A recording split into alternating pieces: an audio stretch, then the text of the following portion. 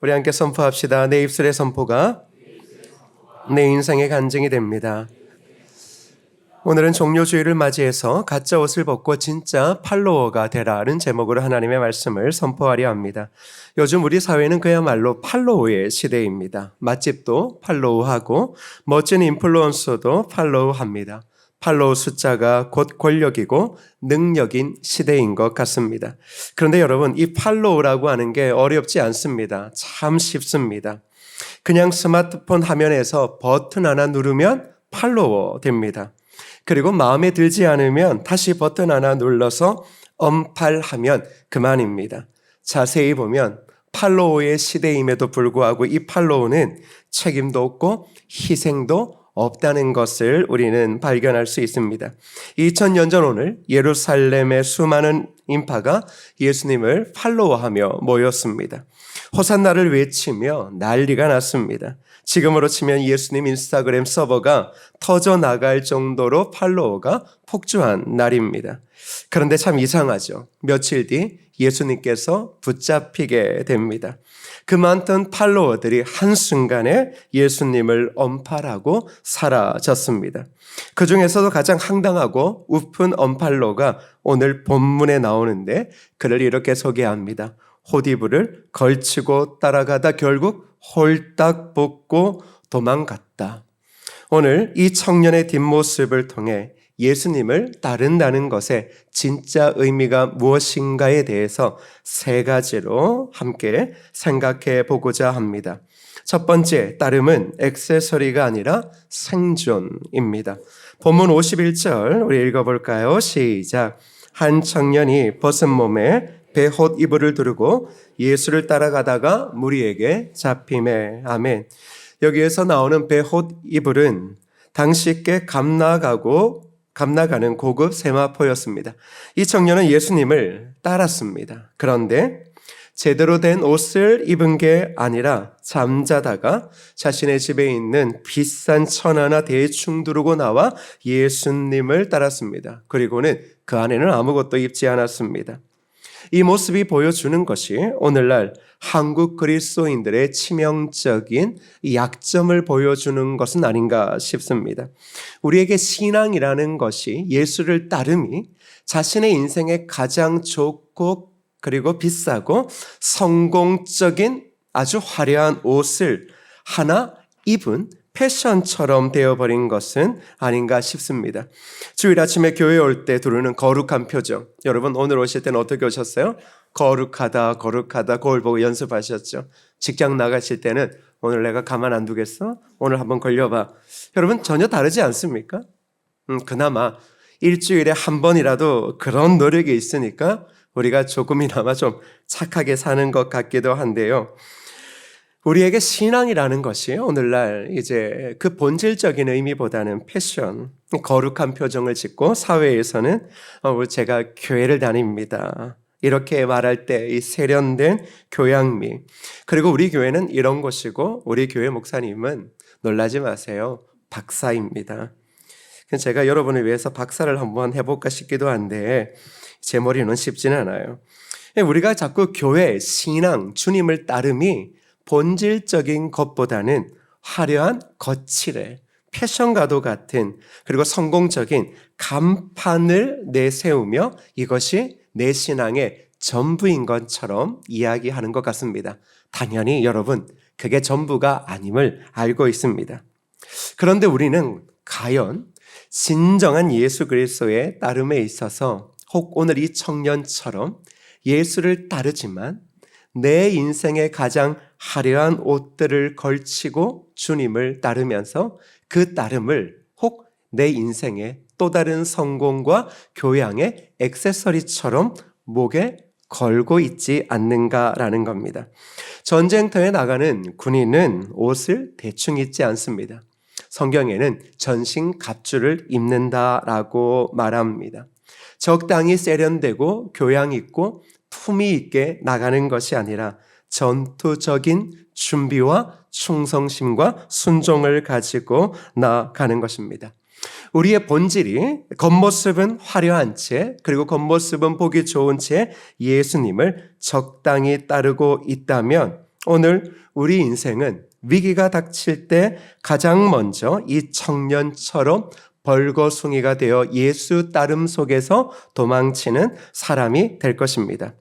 예수님을 따른다라는 것은 내 인생에 유익하고 평안하고 그리고 죽음 이후에 평안한 새로운 삶을 위한 액세서리 하나를 늘리는 것이 아니라 예수를 따름은 내 생존의 근거를 바꾸는 겁니다. 예수님의 말씀이 좋아 따름이 아닙니다. 예수님께서 가난한 자들, 내가 생각했던 거야. 이 세대의 가난한 자들, 정치인들이 함께 안 해. 근데 예수님은 그렇게 하시잖아. 나와 무언가 코드가 맞는 것 같아. 꿈이 맞는 것 같아. 그렇게 따라가는 것을 따름이라 이야기하지 않습니다. 내 삶의 근거를 바꾸는 것입니다. 내 가치관, 내 물질관, 내 자녀 교육관이 송두리째 예수라고 하는 전신갑주로 갈아입혀지는 사건을 가리켜 우리는 예수를 따름이다라고 말하고 있습니다. 여러분, 오늘 교회의 역사가 오래되고 여러분의 신앙의 연수가 참 많이 변하고 여러분들 직분도 가지고 있고 성경도 잘 알고 있으시죠. 그런데 예수를 따름에 있어서 이 청년처럼 화려한 인생에 겉옷을 걸친 채 주님을 적당한 거리에서 따르고 있지는 않습니까? 그러다가 그 적당한 거리에 위험이 닥치면 여러분은 잠시 예수님을 등지고 떠나가는 그런 삶을 영위하고 있지는 않습니까? 예수를 따름이라고 하는 것은 그저 좋은 예수님의 가치에 동의하는 것이 아니라 내 삶의 생존의 근거를 완전히 예수 그리스도의 복음과 십자가의 삶으로 바꾸는 것입니다. 종려주의를 맞이한 여러분은 지금 무엇을 잊고 예수 그리스도를 따르고 계십니까? 두 번째, 예수를 따름은 환호가 아니라 수치를 견디는 것입니다. 52절 읽어볼까요? 시작. 배 헛이불을 버리고 벗은 몸으로 도망하니라. 아멘. 예수를 따랐습니다. 그런데 문제가 생겼죠. 예수 믿는 사람들을 군인들이 잡기 시작했습니다. 그때 이 청년이 어떻게 해요? 예수를 따랐을 때는 좋지만 순간에 눈에 무엇이 들어온 거예요? 위기를 보게 된 겁니다. 그랬더니 그는 자신의 배 헛이불을 버리고 벗은 몸으로 도망치는 매우 우스꽝스러운 상황에 처하고 말았습니다. 제가 어릴 적에 한 번씩, 여러분도 그런 경험이 있지만 꼭 한 번씩 꿈을 꾸는데 목욕탕에 있는데 목욕탕에 불이 나서 이렇게 해가지고 밖에 서 있던 꿈을 한 번씩 꾼 적이 있어요. 그때도 얼마나 이게 참 꿈에서도 곤란스럽고 얼마나 부끄러운지 몰랐습니다. 여러분 한번 생각해 보세요. 옷을 훌훌 벗고 지금 도망가고 있는 그 수치. 우리는 호산나라고 하는 예수 그리스도의 예루살렘 입성을 생각하면 예수 왕이신 예수께서 오셨다라고 막 그렇게 환호하고 좋아합니다. 이것은 우리의 인생 가운데 예수 믿어 사업도 잘 되고 직장도 잘 되고 자녀도 좋은 대학 가고 남들에게 인정받을 만할 때 우리는 호산나 외치고 예수님께서 내 인생에 오셨습니다라고 그렇게 고백할 수 있습니다. 그런데 오늘 이 청년처럼 다른 문제가 발생하는 거죠. 수치를 겪게 되는 상황, 예수님 때문에 손해를 보게 되는 상황, 정직하게 살려다 보니 바보 취급당하는 상황, 내 자존심이 무너지는 상황이 오면 여러분, 우리 어떻게 합니까? 너무나도 쉽게 이 청년처럼 우리의 신앙이라고 하는 것을 쉽게 던져버리지는 않습니까? 사실 한국 교회가 세상에서, 특별히 우리나라에서 신뢰를 잃은 이유가 무엇일까 생각해 보면 교회와 성도가 영광을 독점하려고 하는 겁니다. 영광. 우리끼리 영광, 우리끼리 천국. 우리는 늘 이런 이야기들을 합니다. 그런데 우리가 못 견뎌야 하는 게 뭐예요? 수치요. 여러분, 수치를 당합니다. 자존심이 상하는 일을 여러분 이겨낼 수 있어요? 못 이겨내죠. 우리는 참 비겁할 때가 많습니다. 목사인 저도 비겁할 때가 많아요. 목사라는 타이틀이 주는 존경 받고 싶을 때 있죠. 그나마 아직도 우리 사회에는 어디 가도 목사라고 이야기하면 존경심을 가지고 이제 고개를 숙여주시는 분들이 있어요. 다 그렇지는 않아요. 가끔은 제 앞에 아주 무례한 사람들도 등장합니다. 그래서 뭐 어쩌라고 이제 이런 사람들요. 자, 그때는 조금 불편해요. 제가 목사라고 인정받기를 원하지는 않지만 또 그렇게 무례하게 대하는 사람들을 보면 힘들죠. 근데 목사라고 할 때도 참 감당해야 할 짐이 하나 있는데 그건 비난입니다. 여러 문제들이 터질 때마다 그 비난을 목사가 다 받아야 돼요. 근데 그 비난을 받는 것이 쉽지 않다라는 겁니다. 여러분도 주님을 따르고 교회를 섬길 때 그리고 직장에서 직장의 삶을 살 때 예수 믿는 사람을 꼭 호구처럼 여기지 않습니까? 호구 하나 잡았다. 얘네는 하도 못내. 그리고 이제 좀 이야기하면 야, 너 그것도 이해 못해? 교회 다닌다면서 그것도 이해 못해? 막 이런 말 들으면 교회를 때려치우고 저걸 한번 아주 끝장을 내? 이제 이런 마음들이. 저만 들어요? 네. 근데 여러분, 진짜 사랑은 뭘까요? 진짜 예수를 따르면 뭘까요? 수치를 견디는 것입니다. 주님께서 우리를 사랑하셨죠. 주님은 하나님을 따르셨어요. 하나님을 따름에 있어서 주님은 십자가라고 하는 수치를 친히 지셨어요. 벌거벗겨졌어요. 벌거만 벗겨졌어요. 그걸 모든 사람들이 다 봤어요. 손가락질했죠. 돌팔매질을 했죠. 저주했죠. 비난했죠. 여러분, 그 수치, 그 자존심이 상하는 거 이거 어떻게 감당하겠어요? 근데 사랑은 뭐예요? 수치를 견디는 것입니다. 주님을 따른다라는 것은 다름 아니라 내가 그리스도를 따름에 있어서 교회 공동체나 그리스도를 따름에 있어서 세상 속에서나 그 모진 수치와 자존심 상함을 견뎌내는 것. 그걸 우리는 예수를 따르는 제자라고 이야기합니다. 보네포 목사는 이렇게 말했습니다. 그리스도께서 사람을 부르실 때는 뭐라고요? 와서 왜 안 보여요? 와서 뭐 하라고요? 죽으라고 명하시는 것. 근데 우리가 잘 죽어요? 못 죽어요? 못 죽죠. 왜? 수치 당하는 걸 못 견뎌야 합니다. 여러분, 제가 여기 계시는 분들 한번 수치를 주고 모욕을 주고 이러면 견뎌내시겠어요? 아니요. 바로 어떻게 목사님을 한번 잘 가르쳐보고 안 되면 어떻게 해야지? 그런 마음 안 들겠어요? 사람은 수치를 당하면 덜 변해요. 받은 은혜가 어디 있어요? 구원받은 감격 어디 있어요? 수치를 당하면 아주 극악무도한 사람들로 모두가 변해요. 그런데 예수 그리스도께서 그 십자가를 통해 우리에게 가르쳐 주는 건 뭐예요? 수치를 견디고 수치 속에서도 묵묵히 그리스도를 따름이 예수의 제자의 삶이다는 것입니다. 예수 하나님께서 우리를 부르시면 죽으라고 부르신 거예요. 근데 자꾸 자존심이 살아나죠. 여러분, 직장에서도 결국은 자존심의 스크래치가 오면 여러분께서 힘들어하셔요. 교회도 똑같아요. 자존심의 스크래치가 있으면 여러분 좋은 마음 먹다가도 어떻게 해요? 갑자기 못된 마음 먹죠. 그거 이야기하는 거예요. 예수를 따르면 우리 안에 자꾸 자존심이 있다라고 생각하는 것에서부터 문제예요. 솔직히 저와 여러분이 무슨 자존심 내세울 거 있습니까? 뭐 똑똑하다고 이야기할 게 뭐 있겠습니까? 예수 그리스도께서 죄인된 저와 여러분을 위해 십자가에 대신 죽고 부활하심을 통하여 우리는 새로운 생명을 얻었음에도 불구하고 예수를 따름이 시간이 지나니까 다시 감춰졌던 자존심이 딱 자리 잡기 시작합니다. 그래서 우리가 사람이 나를 모욕하고 무시하면 그때부터는 사람은 한순간에 돌변할 수밖에 없는 거죠. 여러분, 예수를 따른다. 특별히 교회 안에서 예수를 따름을 성경은 잘 말하지 않습니다.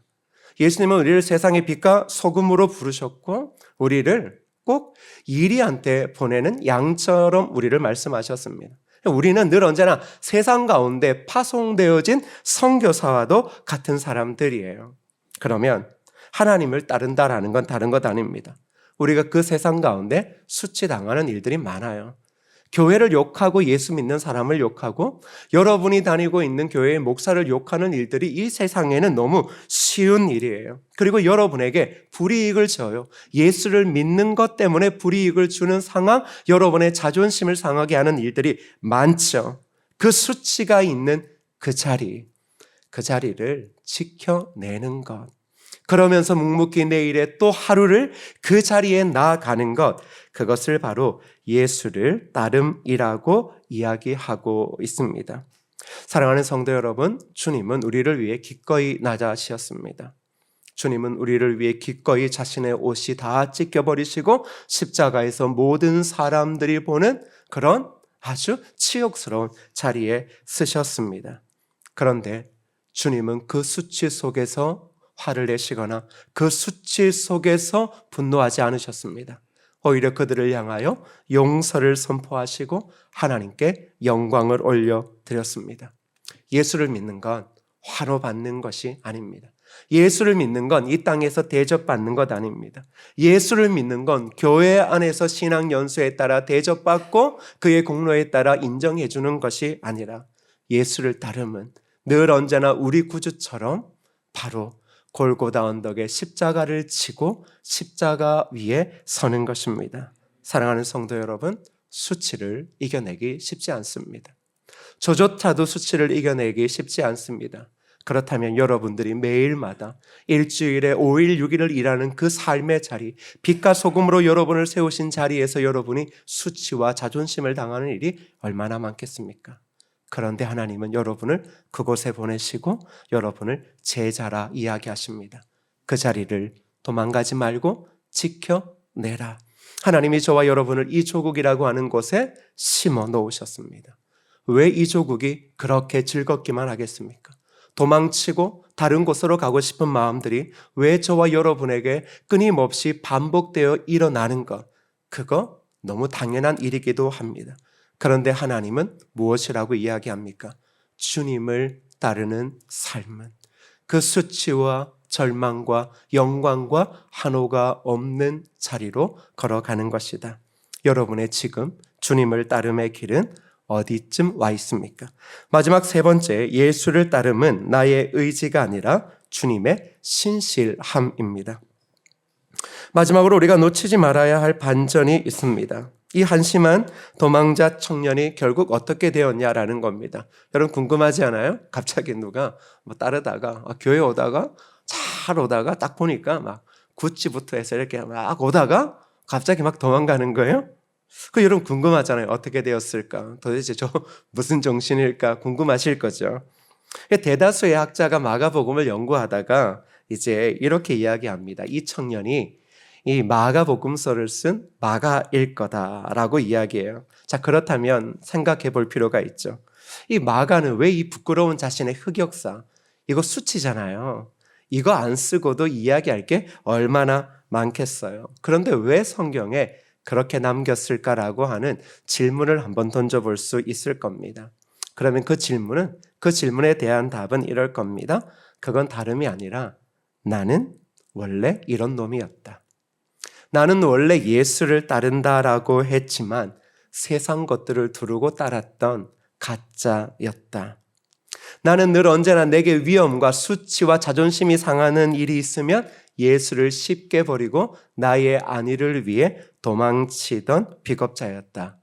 그런데 그런 나를 예수님께서 포기하지 않으시고 주의 자녀, 주의 제자 삼았다. 주님이 결코 그런 나를 포기하지 않으시고 나를 제자의 길을 걷게 했다. 마가는 나중에 바울 선교 여행에서도 도망쳤던 전력이 있습니다. 그러니까 마가가 어떠한 사람인가를 유추해 볼 수 있죠.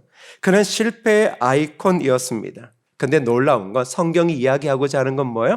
그래서 그가 의지로 노력했더니 열심을 했더니 열심히 예배를 드렸더니 금식 기도했더니 멋진 제자가 되었다가가 아니라 그런 자를 주님이 끝까지 포기하지 않고 추적하셔서 그를 변화시켜 복음의 증인으로 세우셨다.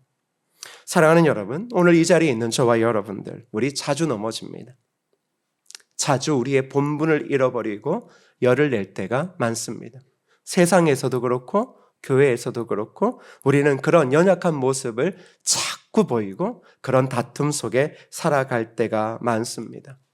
그러다가 결국 이 내 삶이 그리스도를 따름인가라고 하는 질문을 던질 때 우리는 제대로 고개를 들 수도 없고 대답을 할 수도 없을 겁니다. 그러나 주님을 따름은 여러분의 의지로 되는 것이 아닙니다. 주님을 따름은 하나님의 신실하심이, 우리 구주의 신실하심이 우리를 끝까지 추격하여 우리를 그 제자의 길을 걷게 하시더라는 겁니다. 의지가 무너질 수 있습니다. 주님을 잘 믿겠다라고 하는 의지가 산산이 조각나서 실패한 것처럼 느껴질 수 있습니다. 원래 우린 그런 자입니다. 그런데 우리 구주의 신실하심이 우리를 제자의 길에 걷게 서게 하실 뿐만 아니라 우리로 하여금 자기 십자가를 지고 주님을 따를 수 있도록 주님의 그 신실하심이 오늘 저와 여러분들의 삶을 격려하고 지지하고 세워가고 있다라는 것입니다. 사랑하는 성도 여러분, 우리가 이 고난주간을 맞이하면 솔직히 좀 양심이 찔려요. 안 찔려요? 고난주간에도 안 찔리면 언제 찔릴까? 근데 그런 생각 들지 않아요? 그래도 어릴 때 젊을 때는 이 눈물이라도 난데 요즘은 눈물도 좀 잘 안 나고 이 감정이라고 하는 게 메마른 것처럼 느껴지지 여러분 않습니까? 그런 경험이 있으면 이거 되게 힘들거든요. 야, 과연 내가 주님의 자녀가 맞을까? 이런 생각이 자꾸 들어요. 근데 놀라운 건 그런 우리를 포기하지 않으시고 계속 제자의 길을 걷도록 주님께서 저와 여러분의 삶의 등 뒤에서 밀고 계시다라는 것입니다. 우리의 의지는 약하고 우리는 환경과 상황과 나의 불리함과 수치와 영광이 없는 곳에서 도망치려 하지만 우리를 사랑하신 주님은 결국 여러분을 신실한 제자의 길로 걷게 하실 거라는 겁니다. 그 주님께서 오늘 저와 여러분들의 삶에 역사하고 있다는 사실을 결코 잊지 말아요. 사람은 늘 언제나 잘 나갈 때만 있는 게 아닙니다. 무너질 때, 약할 때, 깨질 때 있습니다. 그럼 우리는 그런 걸 보고 자꾸 사람을 정죄하고 잘못했다라고 말하지만 하나님은 어떻게 해요? 그런 우리를 결국은 일으키셔서 제자의 길을 걷게 하신다라는 겁니다. 예수를 따름이라는 것은 결국은 우리의 의지와 우리의 노력과 성경적인 지식으로 따름이 아니라 예수 그리스도의 신실함으로 따라가게 된다는 것입니다.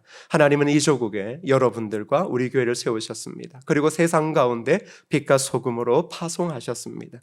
그 여러분의 삶의 자리, 여기에서 소중하다라고 하는 그 모든 열의들은 오히려 여러분의 삶의 자리, 진정한 선교의 자리에서 나타나야 될 겁니다. 예수를 따르면 여기에서 거룩함이 아니라 여러분의 삶의 자리, 치열한 전쟁과도 같은 직장에서의 자리에서 나타나야 하는 겁니다. 여러분은 거기에서 주님을 따르는 겁니다.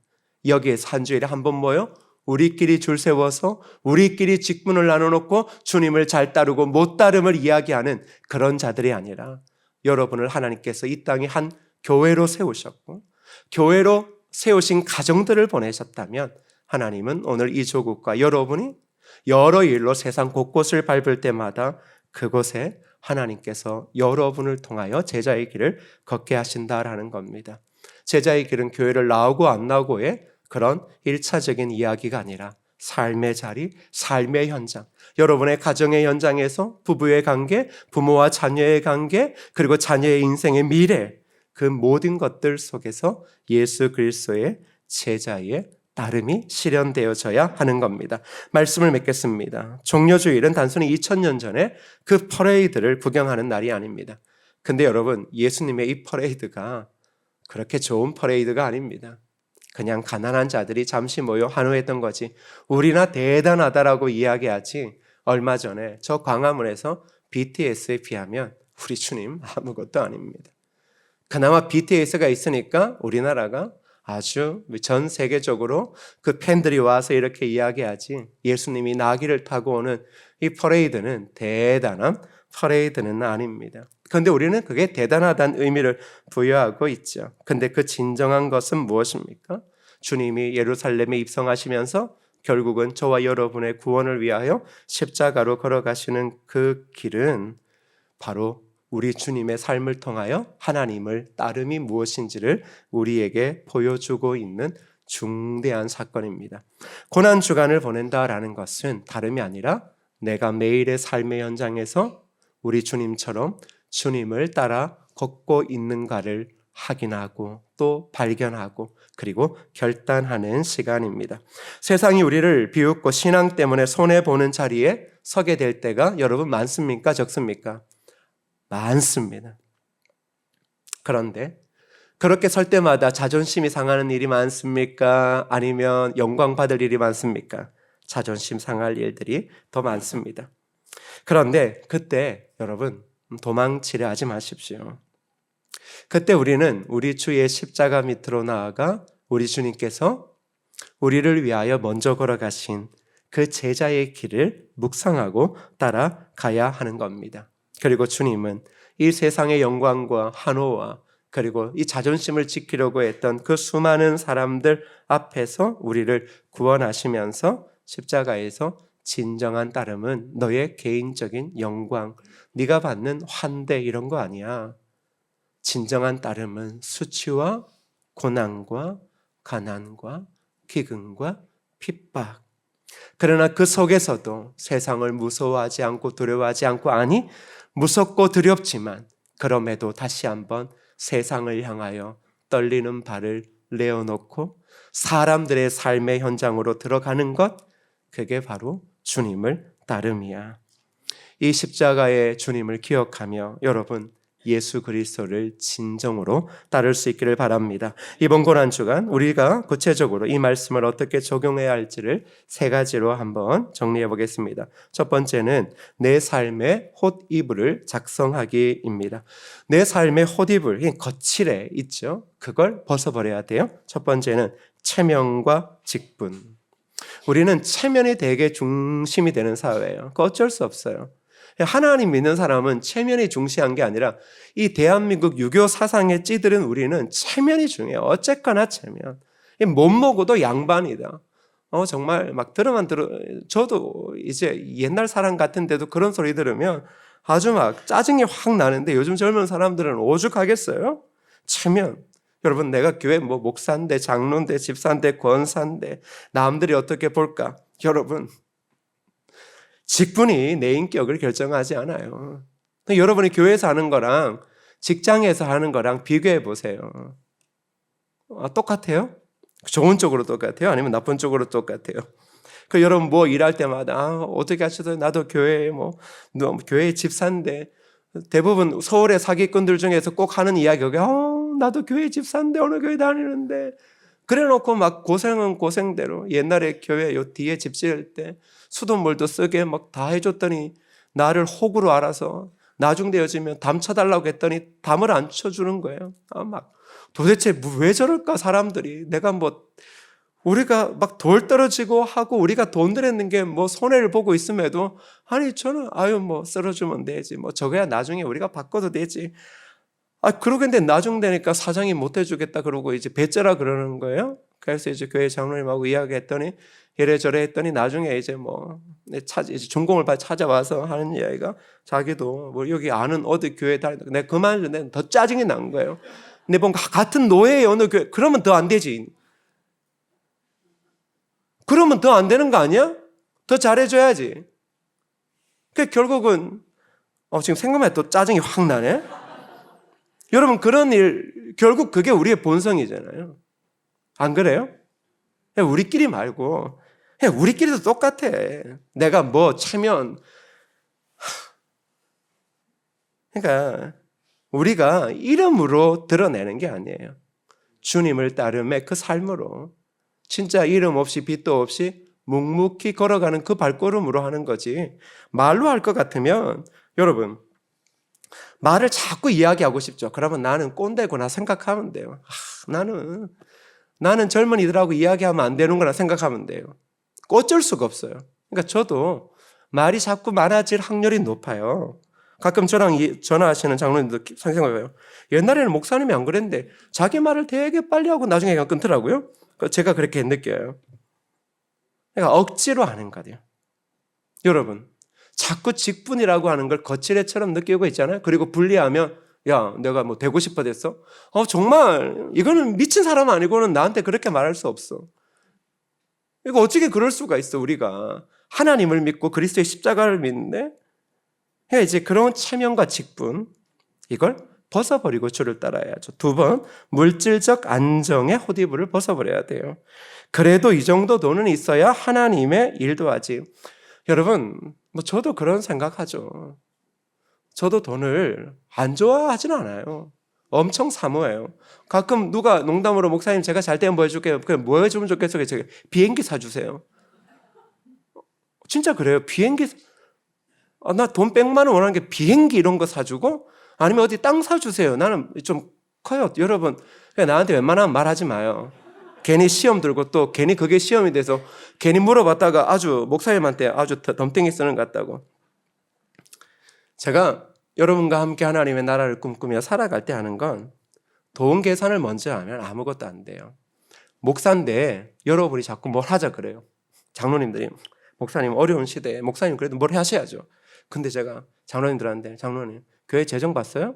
빚도 못 갚는데 뭘 해요? 정신 차려요. 내가 이렇게 말하면 좋은 목사예요? 아니면 정말 엉터리예요? 엉터리지. 하나님을 전혀 안 믿는 거예요. 그럼 목사 직분 내려놔야지. 반대로 얘기하면 똑같아요. 뭐 할 때마다 돈 계산부터 먼저 하고 야 이건 못합니다라고 하면 직 내려놔야지. 그 믿음 없으면 직을 내려놔야지. 네? 하나님의 일하심과 내 인생을 돌아보면서 하나님께서 그래도 일하시고 역사하셨다는 걸 잊어버리면 우리는 결국 자꾸 일이 하나님보다 돈이 하나님보다 더 크게 되어져서 아무것도 못해요. 하나님의 교회라고 자꾸 이야기하잖아요, 여러분.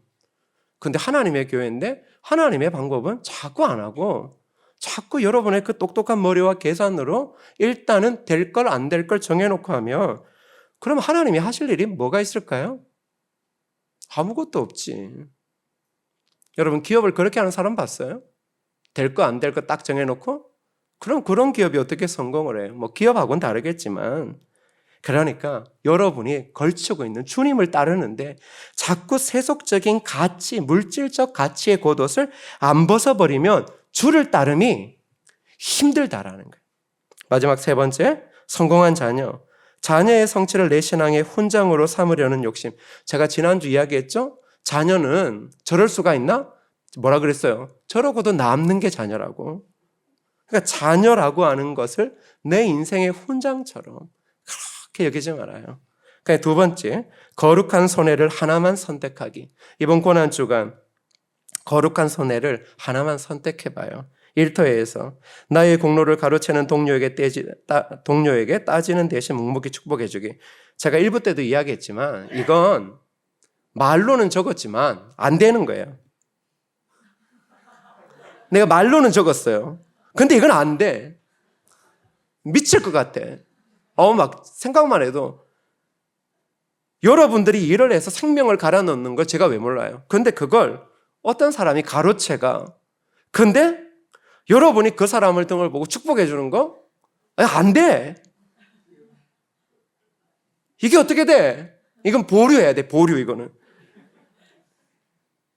근데 이렇게 말하는데 가슴이 너무 아픈 거죠.